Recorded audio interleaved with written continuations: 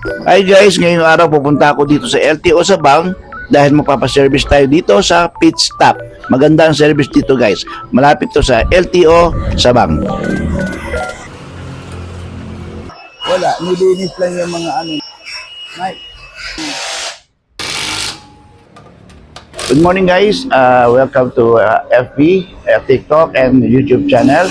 Guys, alam mo yung pinasaan ako ngayon. Andito ako ngayon sa Sabang. Dito malapit lang sa LTO kasi nagpapaservice tayo kay Chucky. Ito. Yan. Kaya kayo guys, kung gusto niyo magpa-service, magpa-PMS, full PMS, dito kayo sa pit stop malapit sa LTO. Maganda service nila dito. Sa nakikita ko, okay.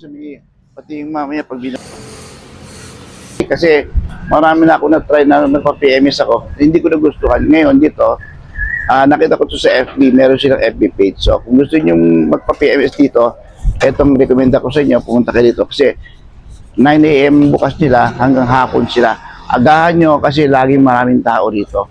So, ito, pit stop, malapit sa LTO, madali lang makita. So, punta kayo dito para magpa-service kayo. Maganda yung service nila, mabait yung mga staff nila. Okay, dito ang pit stop. Malapit lang to sa LTO. Si Sir, ano sir, ano naman? Eric po, Eric. Ikaw, mekaniko? Opo, mekaniko po. O, isa sa mekaniko dito. Magandang service na dito. Kaya kung gusto nyo pa-service, dito kayo sa pit stop. Anong address nyo dito, sir? Sa Sabang po.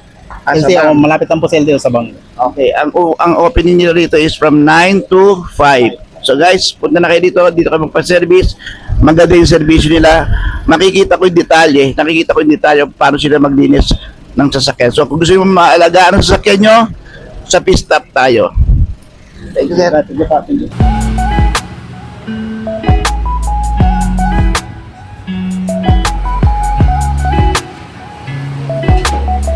sila dito. Malapit lang sa LTO. At dito sila. Maraming ganda dito.